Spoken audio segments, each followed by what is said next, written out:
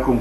رمضان عبد الحافظ، منسق عام اتحاد القوى السياسية والمجلس الوطني الاسكندري، مؤلف كتاب أحلام الشباب.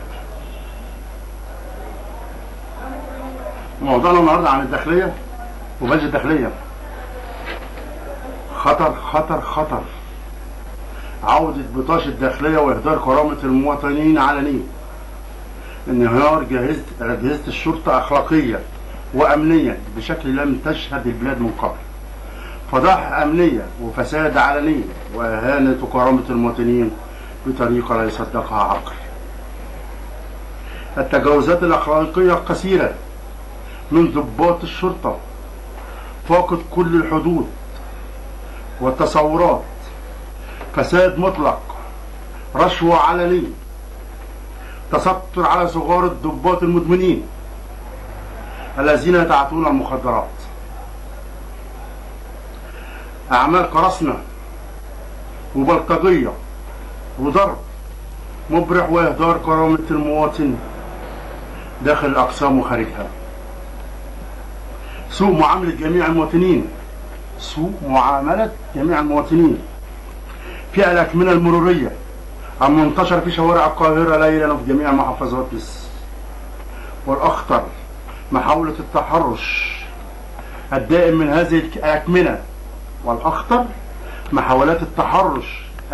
هذه الأكمنة، للفتيات الجميلات المحترمات التي يقودون سياراتهن بمفردهم، فقد أصبحت الفتيات ترتعش خوفا منهم، وكان المفروض أن يكون الضابط هو مصدر الأمن للشارع وليس العكس. إزاي بقى؟ والمفروض أن يكون الضابط هو مصدر الأمان للشارع وليس العكس. عمليات البيع والشراء المخدرات والورهين من الموزعين المتعاطيين تتم على مرء وسمع من ضباط الشرطة. التجارة والمخدرات والورهين بتتم على مرء وسمع ضباط الشرطة على الدهم. الضباط الداخلية المفروض ان يكونوا قدوة. المخدرات والهيروين بتتباع على سمع ومرء من ضباط الداخلية.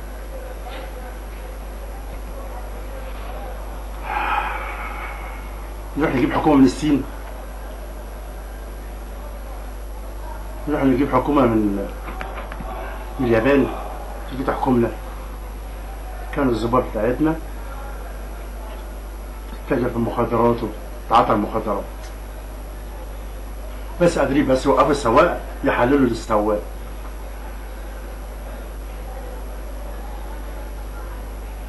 الداخلية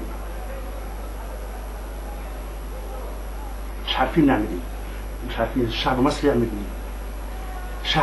يعمل ايه. هيعمل ايه شعب مصر؟ عمل ثورة 25 يناير وعمل 30 يونيو، الشعب هيعمل ايه تاني؟ مش عارفين ايه اللي بيحصل. الداخلية عايزة ايه؟ احنا ما صدقنا فعلا الراجل الامن نزل الشارع لانضباط الشارع وقلنا الحمد لله اهو دينا بنمشي في امان.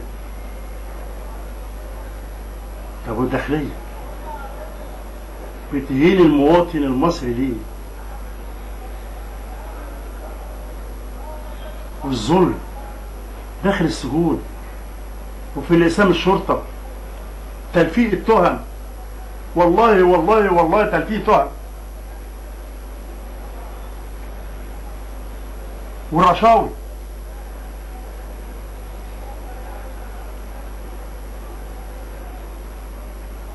غيرنا وزير الداخلية من يوم ثورة 25 يناير، غيرنا بتاع 5 وزراء داخلية.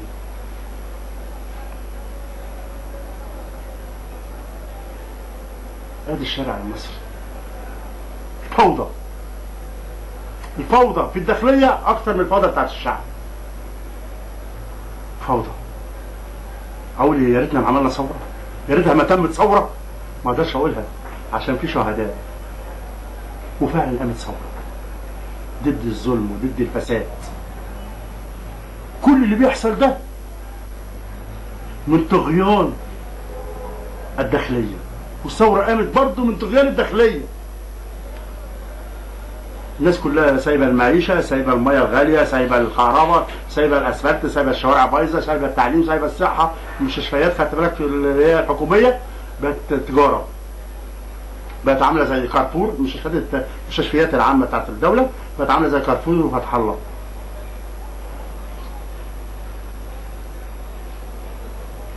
الناس كلها سابت المواضيع دي كلها ومركزه على اهانه المواطن المصري. ما ينفعش المواطن المصري يتهان.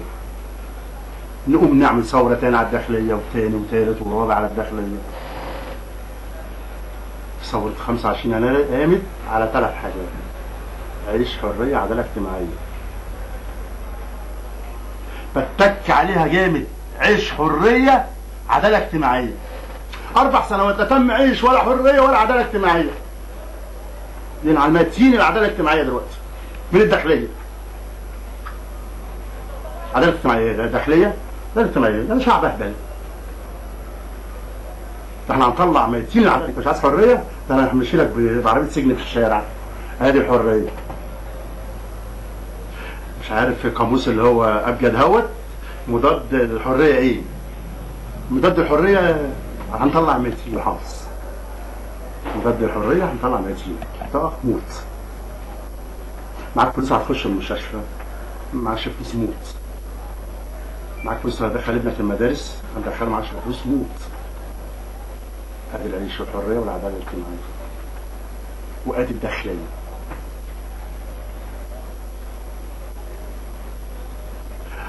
السيد الرئيس عبد الفتاح السيسي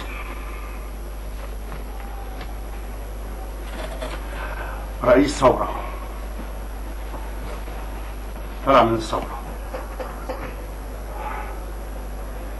الراجل طلع بمشروعات كتير وبتاع والكلام ده، ولسه طبعا ما ظهرتش حاجه. البطاله الجمعيه وصلت 25 مليون عاطل، والعنوسه في مصر وصلت 13 مليون عانس، وازمه السكن خدت بالك زادت بالملايين، والشباب كله بيتعاطى مخدرات في الشارع، الناس ماشيه مساطيل مبرشمه، كله بياكل في بعضه، كله بيعض في بعضه. البلد ازدادت للأسوأ.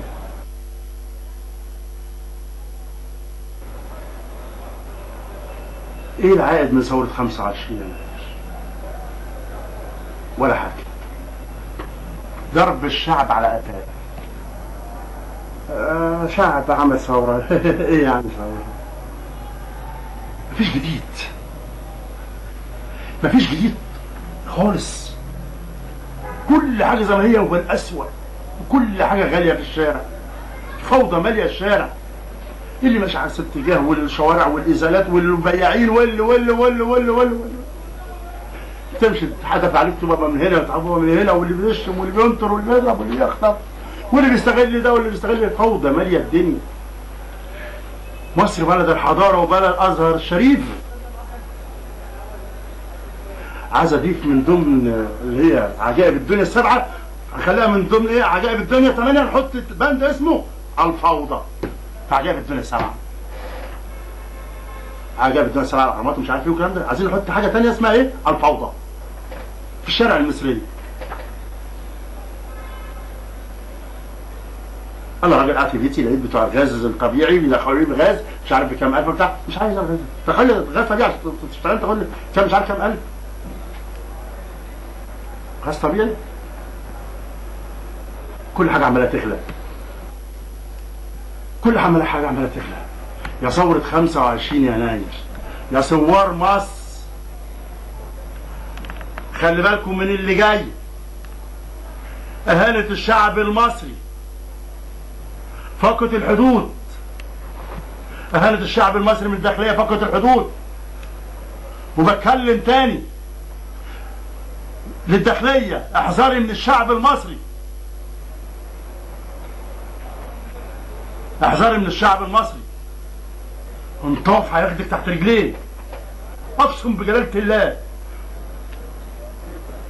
الشعب المصري لو فاض بيه لا هيخلي داخليه ولا هيخلي قوات مسلحه ولا هيخلي حاجه خالص.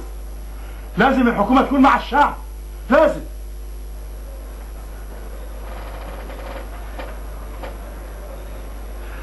سوف أعود عليكم مرة أخرى، والسلام عليكم ورحمة الله وبركاته.